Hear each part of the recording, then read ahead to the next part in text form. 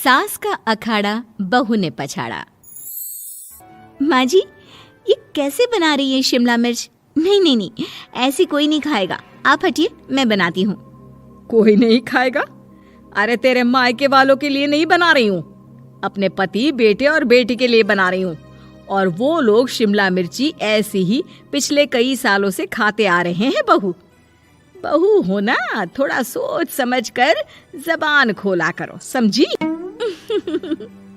माँ जी, फिर तो मैं यही कहूँगी कि आपको खाना बनाना आता ही नहीं। बहू शिमला मिर्च बना लेती है, लेकिन अपने अंदाज में।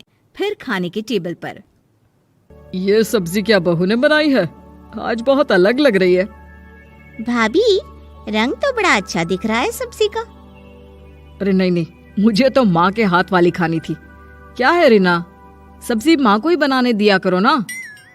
सास, जिसे अब थोड़ा सा अपना पल्ला भारी दिख रहा होता है। अरे अब बेटा मेरा जमाना आ गया। ये घर कभी मेरे नाम से चलता था, लेकिन अब लग रहा है कि मेरा होना ना होना एक ही बराबर है। बहू तो पूरे घर के साथ रसोई में भी राज करना चाहती है। माँ जी, आप ही ने तो कहा था शादी के वक्त कि रानी बनाकर रखेंगी मुझे। तो देखिए, रानी का काम यही होता है ना, राज करना। अरे देख बहू, माना तू राज करना चाहती है, लेकिन भूल मत, पूरी रियासत अभी मेरी है। अरे कैसी बात कर रही हो तुम दोनों? और ये क्या तरीका होता है बहू से बात करने का? बेचारी अभी तो आई है, उसको आजादी भी नहीं दोगी क्या? तो वो इस घर को अपना घर कैसे समझेगी? देखिए पापा, माँ सही कह रही है। घर को अपना घर समझी, इसमें कोई बुरी बात नहीं है। लेकिन सिर्फ अपना और हमें पराया करने की कोशिश करे ना जी ना, ये सोच तो बिल्कुल अच्छी नहीं है।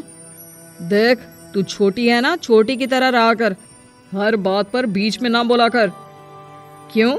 वो मेरी बेटी है तो मेरे तरफ से ही बोलेगी ना। माँ जी, ये तरफ परफ क्या होता है? हाँ, वो मेरी बहन नहीं है क्या? मैं मानती हूँ कि आज मैंने सब्जी बना दी, लेकिन थोड़ा खाने में बदलाव करना हम स्त्रियां भी तो जानती हैं और चाहती भी हैं।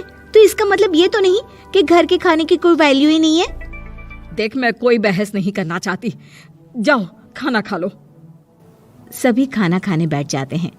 अगले रोज, माँ जी प्लीज, ये आस पड़ोस वालों को बोलिए ना, मुंह उठाकर घर में मत आ जाया करे। अरे किसी के घर आने जाने का कुछ वक्त तो होना चाहिए। यहाँ तो सारा दिन मानो लोगों ने धर्मशाला बनाकर रखी है। बहू, वो हम लोगों के परिवार जैसे हैं, पिछले 25 साल से हमारे साथ है। और ये मेरा घर है, यहाँ कौन आएगा कौन नहीं, ये तू कैसे डिसाइड करेगी? और हाँ, तुझे अगर पसंद नहीं ना, तो अपने कमरे में चली जाया कर। वो लोग बात ही कर रहे होते हैं कि पड़ोसन आ जाती है। अरे बहन, हम लोगों ने जागरण रखा है माता का आज रात, सुबह का भंडारा भी, तो बहू रानी को लेकर आना। आना हाँ बिटिया? अच्छा चलती हूँ, और घरों में भी निमंत्रण देना है। अरे हाँ हाँ, हम जरूर आ जाएंगे। वैसे किस किस को बुला रही हूँ? वो तुम्हारी ननद और भाभी भी आ रहे हैं क्या? माँ, क्या आप इनके पूरे खानदान को जानती हैं? अरे भाभी ने ही तो मेरी ननद की शादी की पूरी तैयारियां कराई थी, और मेरे मायके में भी पापा की मौत के बाद वहाँ रहकर इन्होंने ही मुझे संभाला था। इतना तो कोई किसी के लिए नहीं करता।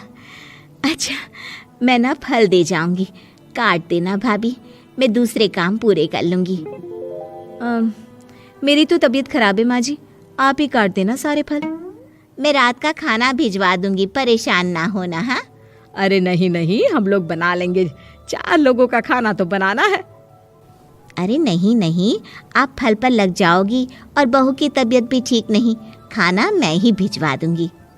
पड़ोसन चली जाती है और सास बहू की तरफ देखती है। देखा, जिसे तू धर्मशाला बोल रही थी, वो कितने अपने हैं। हाँ माँ जी, आप उनका काम कर रही हैं, उनके जागरण का प्रसाद तैयार कर रही हैं, तो वो क्या इतना भी नहीं करेंगे आपके लिए? ओहो, तुझसे बहस क्या करना बहू। तभी बहू की माँ आ जाती है। अरे बहन जी, बेटी से मिलने का मन किया तो बिना बताए ही आ गई, बुरा न मानना। ये मत समझना कि ये मेरा घर नहीं, कोई धर्मशाला है। अच्छा अच्छा, तो ये घर पर आए मेहमानों को घर नहीं धर्मशाला वाला समझाने वाली आप ही हैं।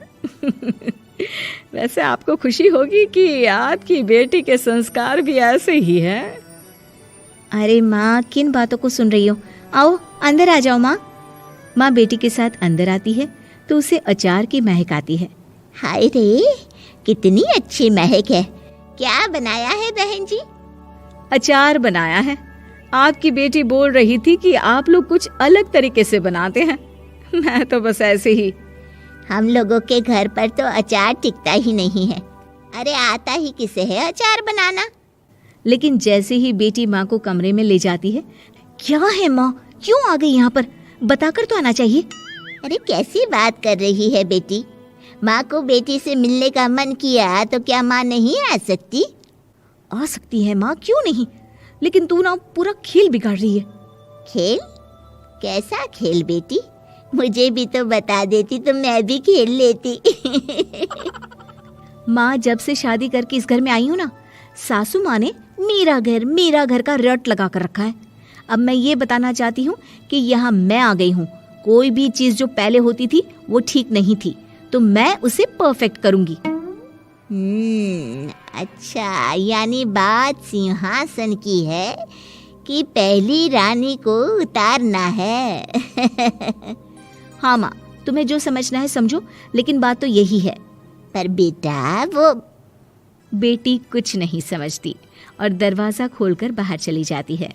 माँ, जो कि एक अच्छी औरत होती है, बेटी को समझाने की कोशिश तो करती है।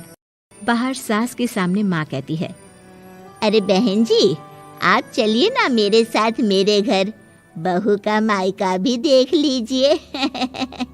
अरे नहीं नहीं बहन जी, आप ही रुकिए हम लोगों के पास।